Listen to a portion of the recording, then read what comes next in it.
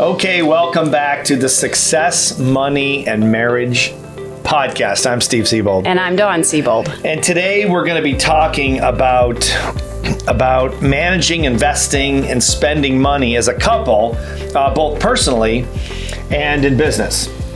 Pretty interesting topic. Oh, by the way, before we start, just for a second, not to cut you off, but just before we get started, we want to encourage you guys, if you enjoyed the podcast, to subscribe on the successmoneymarriage.com. And just there's a subscribe button right there. Did you not know our URL, Steve? I know the URL, but it just kind of left a senior moment, I guess. Very senior moment. Subscribe, and then every Wednesday you'll get the new episode, a link with the new episode, and we can keep you up to date on the podcast. So successmoneymarriage.com. All right. So let's talk about money. One of our favorite topics, spending, investing as a couple. So I'll give you an example of, I think that this is obviously very important. And this is supposedly the two things that couples fight most about are kids and money. And so this is a big deal. Is it really the only, I thought it was sex and money. No, money is number one. Money's number one. From what I've heard, some surveys show kids are number one. Okay. Sex is not in the first two that I've ever seen. Okay. I'm sure people fight about it, but I think they probably fight more about money because there's a lack of money in most households, and obviously, so it's a big thing. Now combine a business. Now you're in business together, right? So now 5 o'clock comes or 6 o'clock, whenever you stop working. 5 or 6, how'd you like that? Wouldn't that be good to stop at 6? Who does that? I stopped at 7:30 last night. I felt guilty. Yeah. I've been meaning to talk to you about that. I know, it's like 7:30. I'm like, put my computer thing down. Been meaning to talk to you about that. Yeah, my laptop. You needed to take a break. You were pretty crabby afterwards. I was, but I'm like, I felt guilty. I'm like, I have like 2 or 3 hours before I go to sleep. What do I do? I know all of our listeners can relate to that. Business and here, can relate to that, right? Yeah, well, and then now you add, obviously, fatigue. You add, your personal life, kids, if you've got kids, all kinds of things going on. You're tired. You got lots of things going on. Now you have to talk about and negotiate spending money, investing money, saving money, and of course, just anything around money. So I'll give you an example. One of ours that just happened. So the other day, we decided for the mansion here, we have there's a ballroom. It's a room called a ballroom because it's a 115-year-old house, and they had ballrooms back then. Rich people had ballrooms. So we have a ballroom, and we never really. It was an office. The mansion started out for us. We bought this property as an office. So it was commercial property, and so we didn't put a chandelier in. We just put a small chandelier that was. I think it was here, but when we got it, right? Mm-hmm. There's a lot of rooms. A lot of chandeliers. 22 rooms, so it's crazy. Yeah, so a lot of chandeliers and stuff. So we just put up whatever was there because we had 20 people working in the main building in the mansion. And so anyway, we rezoned it as a private home, and so now we're decorating as a private home, right? So Dawn goes out. She says, "I'm going out. I'm going to find a chandelier for the ballroom." It's a big room, so it's got to be a pretty big chandelier. And it's not a normal house, so it's not like you can pick something online or go to a normal lighting store. Yeah, it's a chandelier you have to be able to climb on. It's large. It's not just large. It's just the ladies know. I mean, some of the men too. I mean, it's a unique house. Yeah, it's unique for sure, definitely. So Dawn goes out and it doesn't give me any kind of a budget. Doesn't say, well, here, what's our budget, or do I establish a budget? And if I had said, what would our budget be? What would you say? I'd say, as cheap as possible. That's why I didn't ask him for a budget. Exactly. She didn't want to know what I had. I'd said $500. Don't spend it all in one place. And so I knew that would work. Just bought the light bulbs. Yeah, I know, right? I know, right? I think he's got like 20 light bulbs. Crazy. Anyway, so Dawn says, I'm going to go look with her sister Dee, and Dee's a great decorator, so she's helped us with a lot of things at the mansion here over the years. And so you went out and got it. We didn't really establish a budget, but so talk a little bit about that experience. So you found something right away, which is pretty crazy. I did. I found this. No, actually, you know what the funny thing is? It was the first chandelier I saw. So the chandelier has to be at least 5 foot. So this was a 6 foot chandelier, 6 foot high chandelier, and it was the first one I saw, and I'm like, that's absolutely perfect. So I did my due diligence. I looked around the whole shop. It was a unique, sort of an antique lamp and shade shop, and so I loved it. I fell in love with it right away. Didn't even ask the price.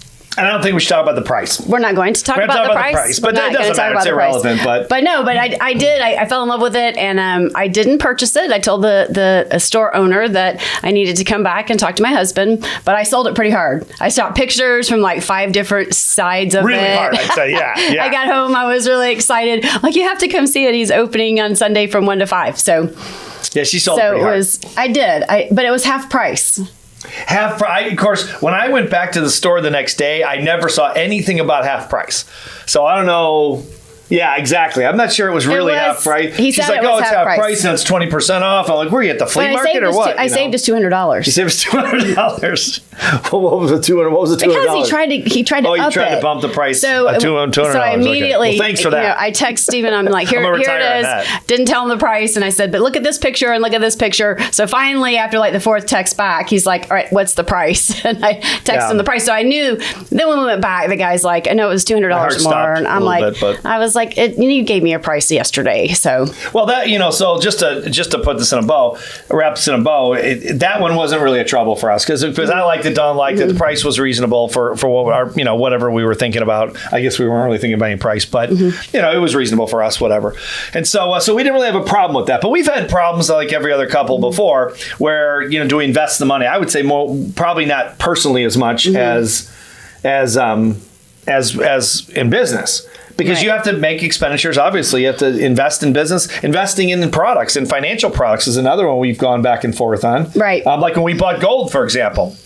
Years ago, gold is it's semi-controversial as an investment, because it doesn't do anything. It's just it increases in value, and typically when stocks go down, gold goes up. Supposedly, it doesn't always work that way. But I mean, we had some conversations about that and some other things.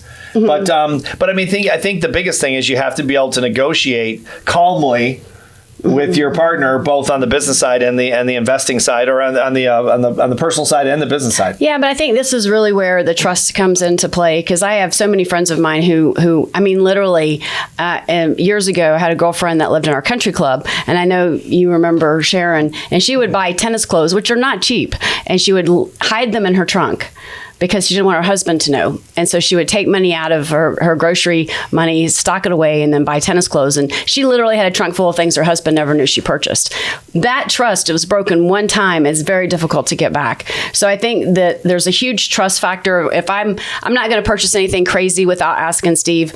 You've never really purchased anything super crazy without asking me. As far as you know. But no, I mean, seriously, don't you think that's a big, because once you buy something and they find out, it's hard, to get that trust back, because money's so important in the family. I want a secret credit card that you pay. But you can't look at it. I was going to say, how are you going to pay for the credit card? Yeah, what do you think about that? What do you think about people having separate accounts and not showing their investments or what they're spending money on? I have issues because you control the cash. What's the issue? Control the Well, I mean, you're good with the numbers and everything. I'll say that, but it's like you control the purse. Okay, you can have it. No, I don't want too much responsibility. Man. I don't want to be doing all that. He doesn't want me to run it, but he doesn't run it himself. I just want a free reign on the money. I bet you do. I'd really rather not have to pay the bills, because that's kind of a pain. It's a pain. But seriously, how do you feel about like 2 credit cards? I mean, we have several friends that have separate bank accounts, and this is not second marriages. I can totally see if you have a blended family, and one person's bringing in some with money's coming in from both sides of the family, having separate accounts. Right. Especially if it's a blended family. But for a married couple who's been married for a long time, what do you think about having seriously like a secret credit card that I wouldn't see and one that I would have that you wouldn't see? I don't know if I on a serious note, I don't know if I'd really say it was secret. I don't think it might not be a good idea to say we have secret stuff. But I mean, I was just joking about that. But because then you have a secret, which is probably not a great idea. But but to have separate accounts, if people want to do that, sure. I mean, I think it's a little bit different. You and I, just because you and I, basically grew up together. I mean, we were 19 and 20 when we met, so we had absolutely nothing, of course. And when you come up with nothing, and you were together for a while with nothing, before we got married, we think, you think everything's a big deal. We bought our first car, and we thought that was a big deal. It cost $200 at Walmart. That was a big deal. In a Walmart parking lot, we bought a car. That's where you want to. That's what an educated buyer does. You see a car, an old beat up car in a Walmart parking lot. That's a good, solid, reputable place to buy it. Well, that's where you buy a car, in a Walmart parking lot from some guy. Named Angus, and all the tires are bad, and the whole thing was just a disaster. But seriously, I think that we didn't really have anything, so we didn't really have a lot of financial issues with each other, because we didn't have anything to fight over. But on a really serious note, with Steve's last book on how money works, I think it's really important for the women to understand how money works and to understand what you have. I just played tennis this morning with a lady, and she just recently divorced, and one of the reasons they got divorced was because she she understood how money worked, and the struggle in their relationship was he was a spender, she wasn't. She paid the bills. She, if you think about it, mostly the women run the household, run the household budget, and she makes a good mid-six-figure income. And I just encourage all of you younger women, understand money before you get married. Understand, have your own savings, have your own accounts, have your own investments, and be able to sustain yourself. Oh, so you're investing the women. I mean, you're advising the women. Well, because what about the guys that are listening to this podcast? Like, they don't get any attention from you now? I mean, I'm just saying. Because you want me to advise the guys? Here's my advice. Okay. Don't get married. Stay single. Are you crazy? Stay single. Date, on Match or any of those other ones. It's Match. I've seen it on TV. No, I mean, of course, it's for men too. Single. But I think for both sexes, the best thing to do is now you're caught. You're listening to this podcast. You've already been caught. Educate yourself about how money works, so that when you do get married, or you in a long-term relationship, you both understand how it works, and one doesn't control that as more so than the other. It should be an equal shared account, shared experience, shared conversation about how money works. But again, I guess I just did the women because I have a lot of women that don't understand how money works. Their husband gives them a budget, and the women are just left out. And surely that's changing with women getting better educated and waiting longer to get married. But I think the number one thing that I would like to just leave with this message is just educate yourself. Be personally responsible. Know how money works. Understand compound interest and the basic finance, so that when you do blend your families together, you have an idea what's going on. Here's my only thought: if I'm if I'm a 57-year-old guy and I just happen to marry a 21-year-old former cheerleader with the Atlanta Falcons, I'm not sure I really want her knowing how money works, because she's going to cost me a fortune. I think if she, the reason she might be with you. That's my fantasy. I'm just saying that. I'm not saying I've done that. No, but I think kind of if she does marry you, she clearly knows how money works. I'm going to guess maybe that we might should be leave it why. at that. Maybe that's why she's with you, No, because it's love. I know how money it's works. Love. I know it is. I mean, first I have Brad Pitt looks. I mean, George Clooney, Brad Pitt, kind of a combo. And if you can get that 21-year-old to marry you, I think you should, because she clearly knows. I would respect her. I know she knows how money works. Well, my final thought on this would be, I would look at yourself as a part of the couple, as half of the couple, is how do you guys blend in terms of spending and saving habits? You and I are kind of we're similar. We're very conservative. Well, with we didn't have a choice. We grew up together. Well, yeah, we didn't have any money to start with, and so when you get money, as long as you don't go crazy, we're still the kind of, we literally it's funny. We live in the Bona Allen Mansion. It's a great place, and we literally, seriously, eat off of paper plates almost every day. I'm not kidding. I'm not trying to be falsely modest. I mean, we do, because I don't know why. Because we did when we had no money, but also because I don't want to wash the dishes. We don't wash the dishes. We put them in the dishwasher. What does this have to do with I'm just saying that's how. Okay, is that what?